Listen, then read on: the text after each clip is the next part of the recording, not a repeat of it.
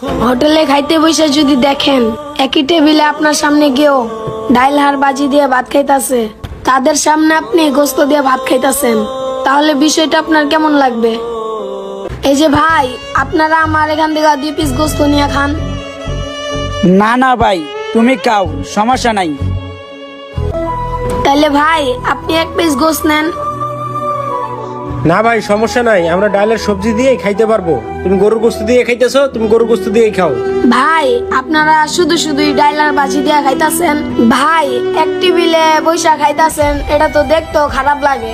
ভাই নেন না 1 পিস করে গোস্ত নেন, ভাই 1 পিস করে গোস্ত উঠায়া। ভাই সমস্যা নাই, তুমি গরু গোস্ত দিয়ে খাইতেছো, খাও। আমাদের অভ্যাস আছে ডাইল আর বাজিতে খাওয়ার। ভাই তাহলে আপনি 1 পিস উঠায় নেন। আরে ছোট ভাই, কোনো সমস্যা নাই, তুমি গরুর গোস্ত দিয়ে খাইতেছো, তুমি গরুর গোস্ত দিয়েই খাও। আমরা ডালের ভাজি দিয়ে খাইতে পারবো, আর আমাদের ডালের ভাজি দিয়ে খাওয়ার অভ্যাস আছে।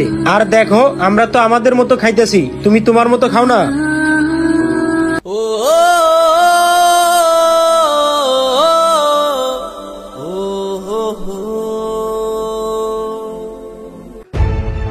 দেখছস কোত্থেকে টোকাই আইছে, হের গরুর গোস্ত আমাকে খাইতে কয়, আর আমাদের পকেটে টাকা নাই দেখে হের প্লেটের এটা গোস্ত আমাদের খাইতে হইব। আমরা কি এতটাই ফকির রে?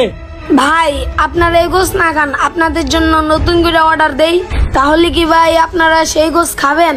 এই বেড়া, তোর গোস্ত তুই খা, আর এইসব ধান্দাবাজি আমাদের দুইজনের সাথে চলবে না। আর শোন, আমাদের দুইজনের পকেটে টাকা না থাকলে কি হবে? তোর মতো ধান্দাবাজার টোকাই রে আমরা ভালো করেই চিনি। হয় বেটা, তুই হলো টুকাই মানুষ, তুই হলো অপরিচিত লোক, আর তোর কথায় আমরা গুস্ত খামো কেন? তুই তো টুকাই, নিশ্চয়ই তোর কাছে কোনো ভেজাল আছে, তার জন্য তুই আমাদেরকে এই গুস্ত খাইতে বলতেছ। হ্যাঁ বজনু, তুই তো ঠিকই বলছস, হয়তো একটা টোকাই কই থেকে আইছে না আইছে খাবার টেবিলে বসে আমাদের সাথে ধান্দামি করার একটা ব্যবস্থা করতেছে, যার কারণে ওর এটা গোস্ত আমাকে দুইজন রে খাইতে বলতেছে। ভাই আপনারা দুইজন যে আমাকে নিয়ে খারাপ মন্তব্য করতেছেন, এটা কিন্তু ঠিক না। আরেকটি বারও ভাবছেন আপনারা এই খারাপ মন্তব্য পাওয়ার যোগ্য কি না আমি? আর শোনেন, একটা মানুষ কতটা মানবিক হইলে নিজের ভাগের গোস্ত আরেকজনকে খাইতে বলে। হয়তো আমি টুকাই, তার জন্য আপনারা আমাকে ছোট করে দেখতেছেন। আজকে যদি এই টেবিলে আপনাদের ছোট ভাই খাইতে বসতো, তাহলে এই কথাটা কি বলতে পারতেন? আপনাদের কাছে টাকা নাই দেখা আমি তো আপনাদেরকে অপমান করতেছি না। এমন জমা আছে 50 টাকা খাওয়ার জন্য পকেটে টাকাও থাকে না, তখন ভাই এই যে ডাইলার ভাজি দিয়ে খাইতেছেন না, এমনই খাওয়া লাগে। আমার এই ছোট্ট বয়সে আপনাদের মতন অনেক মানুষ দেখছি, যাদের পকেটে টাকা থাকে না, তারা এরকম খাবারই খায়, এরকম কথাই বলে।